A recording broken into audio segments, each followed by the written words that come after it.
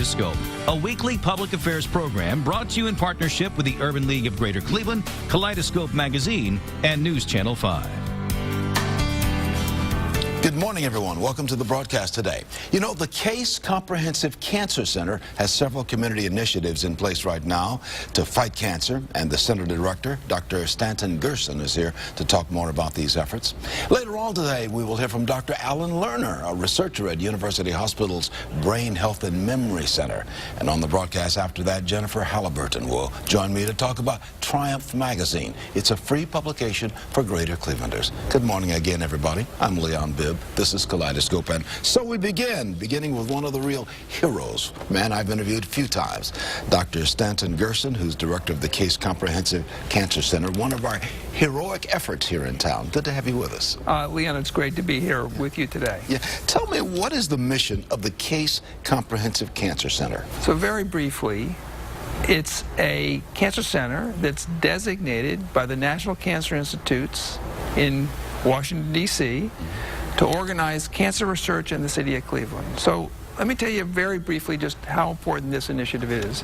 First, we've been an NCI-designated cancer center since 1987. We bring together the Cleveland Clinic, University Hospitals, and Case Western. It started the latter two. We brought in the clinic about 11 years ago. And we coordinate cancer research. We're one of only 41 designated cancer centers by the federal government in the city of Cleveland. There's only 40 other ones around the country, so it's a big deal that we're so designated. And we have funds from the federal government to help us to support our outreach efforts into the community and our basic science and our clinical trials activities. That's a heroic effort in alone, just getting Case Western Reserve University, University Hospitals, and the Cleveland Clinic all in the same room talking the same language.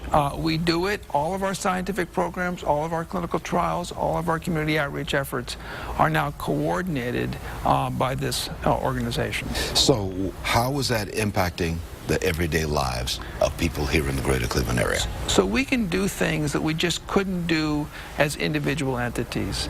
We funnel our research programs through into clinical trials.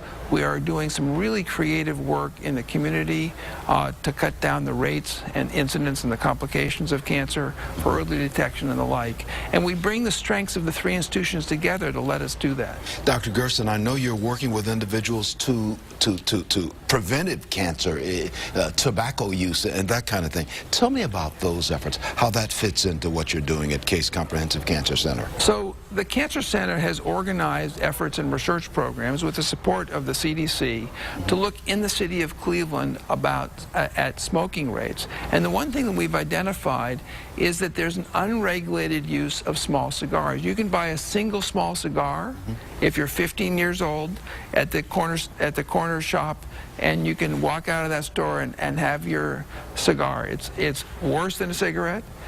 It's easy access, and we have to cut it down. I'm old enough to remember when the Surgeon General put that stamp on the side of a pack of cigarettes saying, this can cause cancer, don't do this, this is bad for your health. Why haven't we done that with the little cigars if they're even worse than the cigarettes? Well, that's a major issue of regulation. What we did through the Comprehensive Cancer Center is to point out the issue. So we've identified who's got access, who's smoking, and the prevalence of the use of those small cigars. And we're hoping that, in fact, this will lead to a much more powerful ability to regulate them as they should be.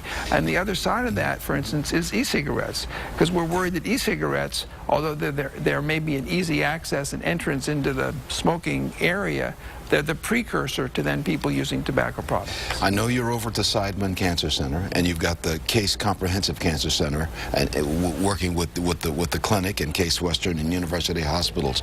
Are we making inroads into cancer? We certainly are, and there are a number of initiatives that we have that are helping at every level that you can imagine. We have new drugs that are coming out of our discoveries in the laboratories that are going into patients now in early phase trials. We have a number of initiatives that we just didn't have before that allow us to bring new agents from anywhere in the world here to Cleveland for clinical trials. Sandy Markowitz just published a paper looking at why is it that African American men with colon cancer survive less well, why their disease is so different. And he's identified genes that are specific to African Americans who develop colon cancer. And that'll allow us to come up with new treatments and early detection methods for those individuals. You are positive that we are moving in the right direction, certainly with the Case Comprehensive Cancer Center. This will help us at least put everybody in the greater Cleveland area in the same room. So absolutely correct, and we are as advanced as anywhere in the country. There's just no reason for anyone with a diagnosis of cancer, worried about cancer in their family, to leave Northeast Ohio. We're as good as it gets. The President Obama's got a personalized medicine initiative impact. That has given you some impetus and some power as well, hasn't it? So we have done careful genetic testing on almost 1,000 patients right here in the city of Cleveland at the two hospitals, at Taussig and at Seidman, to understand their individual cancers and what's wrong with them and help us come up with better treatments. We're going to be expanding that genomics analysis, which is really the personalized medicine approach to understand the genetic abnormalities in the tumors. And we're also initiating a program, which I'm very excited about, to look at high risk for cancer families. Too many of our families have many cancers in them and we don't know the cause. We're going to be starting a program where we start genetically analyzing those families. In our final 30 seconds, let me ask you, what is your advice to families, to individuals who may be watching us right now? Well, first of all, they have to take their own lives into control and manage their risks and their lifestyles. The second is, no matter how healthy you are or how bad your lifestyle is, you need to undergo the proper screening. If you're smoking, you need to get a lung CT. Women need to get their mammograms, men need to get their prostates examined, and everybody needs a colonoscopy or another test to rule out colon cancer. Many thanks, Dr. Stanton Gerson, who's director of the Case Comprehensive Cancer Center. Good to have you on the broadcast, my friend. Thanks, Leon. Good to see you again. We've talked over the years about cancer and all kinds of things like that, but many thanks. Good to have you with us. Thank you very much. The doctors in the house, we're all feeling a lot better because of that, too. I'm going to take a break. I'll be right back. Up next, with a new study on Alzheimer's disease after these words, especially for you. Welcome back to more of Kaleidoscope. University Hospital's Brain Health and Memory Center is about to begin a study on a new drug to test if it can slow the progress of Alzheimer's disease. Neurologist Dr. Alan Lerner is here to tell us more about the study and why the focus is on African Americans. Good to have you with us, Doc. Thank you, Leon. Things are well at the University Hospital's Brain and Memory Center? Yes, we're a unit that's devoted to promoting brain health, which is really a concept of wellness across the lifespan, and in particular with older people, dementia, memory loss is a major problem. And I think that memory loss really is so important because memory is bound up with identity, who we are. Who we are, where we've been, and all of that. That is, to a large extent, who we are, is our memory of who we are. Yeah. Well, you've just completed a study now. Tell me about this study, and you focus specifically on African Americans. Tell me about that. This is what's called the A4 study, and also known as the anti-amyloid treatment for asymptomatic Alzheimer's disease. And this is an ongoing study, and the idea is that we're trying to prevent the memory loss associated with Alzheimer's disease. So what we're doing is looking at people between age 65 and 85 who have a memory concern, not a dementia, not an ongoing memory loss, but really are well. And one of the things that we've learned is that some of the changes in the brain can be detected years before any memory problems actually Before occur. we get there. And the idea is to see if we can't forestall that process. Why African Americans specifically? Well, the National Institutes of Health has a mandate to include the entire population in their studies. And so in order to have this reflect the entire population of the United States, we're aiming to get about 20% minority recruitment over the 60 sites that are in the United States. So you're looking for recruits? That's correct. Just like the military. Uncle Sam wants you, or what? We need, you know, every medicine that you can think of that you take, whether it's Flomax or an antihypertensive, or has gone through a similar process of clinical studies where people look to see does it work. So who do you need in this study now? Well, particularly people between age 65 and 85. Who think they might have a memory consideration. Right. Or many of them have a family history. Yeah. And then we're looking to see whether they may actually qualify for this study. Are we making inroads with Alzheimer's? I think we've learned a huge amount about Alzheimer's.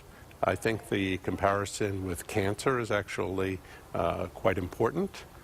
We've poured billions of dollars into cancer research, starting with Richard Nixon and the war on cancer. And Dr. Gerson was very upbeat about this. Yeah, he was upbeat about it, and as are you. I am upbeat, but the truth is that no new drugs have been approved in the United States for Alzheimer's disease since 2003. So that's over 10 years. Is there anything that we can do to perhaps push it back or offset it during our non-Alzheimer's years? Well, I think that lifestyle is also very important. A good diet. People are also focusing on things like physical exercise as an important thing, because we know that what's good for the heart is good for the brain. Yeah. So diet, exercise, lifestyle variables, things like smoking turn out to be bad for the brain. Maybe that's why I eat salmon twice a week at least, sometimes 3 times a week, because I'm told that it's a good food. How do we get involved in this study now? If somebody wants to get involved in this study. Well, there's the website, a4study.org, or they can call our center at 216-464-6449. We've got that number on the screen, that website as well on the screen if you're interested in this. Are we seeing more instances of Alzheimer's because we, as a people, are living longer? Absolutely. That's part of it. In 1900, the average age for death, I think, was 51 or 52-ish, somewhere in there. But now we are seeing people well into their 90s, well approaching 100, if not more. So we're seeing more aging, so more Alzheimer's. Right. And I think we're seeing that in many other age-related diseases. We see more eye disease in the elderly. We see more brain problems, stroke, diabetes, hypertension. All of these seem to increase with age. It's Alzheimer's across the board, racially, ethnically, socially, all of that. There's nobody who's immune. Nobody who is immune. You're excited about this study, the A4 study. What do you want to come out of this study, Dr. Allen? I'd like to prevent Alzheimer's disease, real severe memory loss. What we've learned is that memory loss is really the last thing that happens, that this is a process that starts in the brain possibly 2 to 3 decades before any symptoms, and advances in biomedical science have allowed us to recognize who may be at increased risk, and so the idea is to intervene early. We know this works in heart disease, we know it works in cancer, we know it works in infectious disease, so there's every reason to think that it may well work in Alzheimer's disease. Once again, you can find more information out there if you go to A4 Study, that's A, number 4, numeral 4, study.org. It's at the bottom of the screen, or you can make a phone call to UH at University Hospital's Brain Health and Memory Center, 216-464-6449. More information on everything we're talking about. And by the way, all of this is on our website as well. You can go to newsnet5.com and click on Kaleidoscope and see this entire broadcast in its entirety. Many thanks. Thank you very much. Dr. Allen Lerner, neurologist from UH's Brain Health and Memory Center. Thank you very much. Tell everybody at University Hospitals we said hi. Okay, will do. Taking a break right now. In a moment, we'll hear about a free community-based publication. I'm Leon Bibb. I'll return in a moment. Welcome back to more of Kaleidoscope today. Triumph Magazine, a free publication, is available to residents of Northeast Ohio.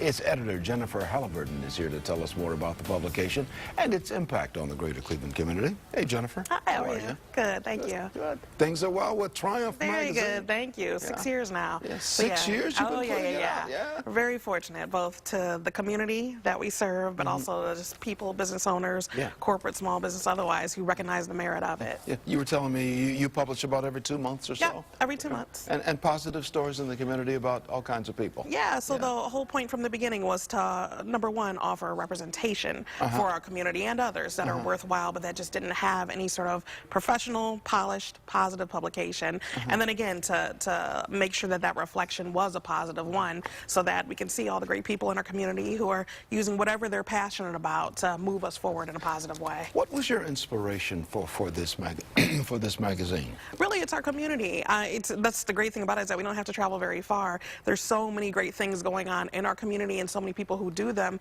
that it can fill a whole magazine every 2 months and really make it entertaining, informative, and we're very fortunate, Craig and I, who's the publisher, you know, we have a background in doing publications, so we just use that passion, the things that we've learned, the experience, and also the positive energy that we have for the community to make Triumph, and people have responded really well. Oh, you take on all kinds of subjects. I see. This one here we're looking at right here. You about the don't shoot, hands up situation that and actually we did that even before all the protests and demonstrations came here to Cleveland. It was something that obviously that was happening nationwide and that deserved to be talked about, something that was definitely on everyone's minds in our community. But our thing is always, at the same time as we talk about some of these issues that are negative, to offer a positive slant, figure out how to move forward. Yeah, and you got some of the people here. Here's a young woman who's in television. Definitely. In our area here. Again, it's everything from topical, more hard-hitting issues like the don't shoot, all the way to personality profiles. That was fun things to do in our areas during the holidays. So it's again, black-owned businesses that are in there, people in our community who are doing positive things and really making their mark in some way. There's Hillary Golston from WKYC. Absolutely, yeah. And then you and Danita were kind of nice to be included in the Don't Shoot feature as far as... Danita has been in the magazine. I've been in the magazine. Oh, yeah. I didn't want to bring the magazine that had my picture on the cover. It's all That's right. just a little too No, I'll it's let somebody else talk about Again, that. it's you're from your background in Glenville, the things, the adversity that you've overcome, and to where you are today. It speaks to, you know, inspiring people in our community of... The magazine's called Triumph, inspiration, persistence, and ultimately success. Where can people get copies of the magazine? You know, we're all over. We go about as far west as Lakewood into the west side of Cleveland, and as far east as Oakwood Village and beyond. It's everything. One of the things that makes the magazine unique is that not only is it in neighborhood spots like your salons and barbershops and restaurants and daycares, but it's also in places like Boston Market, Lane Bryant, Radio Shack, Foot Locker. We get into national chains. Yeah, maybe we can get a shot of this. Yeah, definitely. There's nothing wrong with putting Leon, Bibb, and Danita in the same picture. We'll get a shot of this in a little bit. What do you see for the future for the magazine? You know, and the great thing is that we get asked all the time, is like, oh, have you ever thought of going elsewhere with it? Because there is definitely a model there. We definitely used our experience and background to figure out the best way to collect this information and present it to people in a way that's palatable and that'll keep them entertained. So, number one, we'll continue to do that here in our city, where we're from, and make sure that we represent people in a positive way. But then number two, just expanding on that. You know, Akron, further afield, there are African Americans who are doing their best and really doing it well, professionally, and really passionate about the things that they offer and moving our community positively forward. And so we just want to be able to spotlight those people and get more people on board with the magazine too. This is a free magazine, so people can pick it up at all, as you said, many places throughout Northeast Ohio. Absolutely. Now you make the money to publish it through your advertising. Correct. That's how it works. Like any free publication, it's something where the advertising pays for the cost of printing it. And like I said, we've been very fortunate. Even this current issue, the Black History Month issue, is reflective of something that is also unique about the magazine, our ability to get both small businesses and corporations. So you have people like ESOP, Dominion East Ohio, Cleveland Neighborhood Progress, you know, Faith Community Credit Union. At the same time, you have small businesses. We have a whole natural hair section where people like Monica Green, SLP Curly Straight, Paradise Natural, which is a product line, a woman on Larchmere who owns a salon called Significant Change. Small businesses, large businesses, finding a way for them both to benefit and both to serve our community. So yeah, it's the advertising from those people funds the publication, and we couldn't be more grateful. We've got a phone number on the screen where you can reach get more information from Jennifer Halliburton, who's editor of Triumph magazine. 216-526-3044 is the phone number, or you can go to bridge-east.org. bridge-ohio.com, bridge-ohio.com. Right. More information on everything we're talking about. Yeah. This is quite an effort when you put out a magazine. This is not easy work. It is not. You know, we take pride in the fact that people think that that it's effortless, because it's definitely, there's a lot of energy, a lot of momentum, a lot of late nights, definitely a lot of years behind it, and a lot of experience and education behind it too. But again, what propels us, what drives us forward, is the passion that we have for both publishing and our community, and serving both of those in a way that it deserves. It's really positive and moves us forward in a good way. Many thanks, Jennifer Thank you. Halliburton, We appreciate editor it. of Triumph Magazine. Thank you. Okay. Good to have you on the broadcast, as always. Thank and you. good to have your publication in my hands. And we appreciate your support. As it's there all the time. Every Thank 2 weeks, you. Every 2 months, I should say. Coming up as we continue, we'll have Marsha Maccabee of the Urban League, who will bring special thoughts about the Urban League of Greater Cleveland in just a moment. Oh, time for the president and the CEO of the Urban League of Greater Cleveland, your friend and mine, Marsha Maccabee, who's always got something interesting to say. Well, thank you, Leon, and what a great forum this is to be able to say it in. So we're truly grateful for this partnership and for this opportunity. Yeah. So let me tell you what's really been on my mind a lot this week. In and out of meetings that I've been in this week, and different boards that I sit on, and community efforts that I sit on, there's been a lot of discussion about the need for us to re-educate our community about the kinds of jobs that really exist here now in the greater Cleveland area, Cuyahoga County. There's been such a change from the days when we were sort of a Rust Belt city. We had, of course, all of our manufacturing and those kinds of jobs, especially during the Great Migration when people from the South came here. Yeah. But the landscape has changed, and what we're seeing is that we really need to re-educate our community about the need for the appropriate education levels in order to participate in the kind of mini jobs that are open here, and also to just have them understand what these industries really represent now and how different they are. There are jobs out there if you are qualified in specific areas. Absolutely, absolutely. And what I want our viewing audience to understand is that these medical institutions that we have here and many of the educational facilities that we have here, they must have workers. They're going to get them from somewhere. And that's why we need to invest in the people that are here.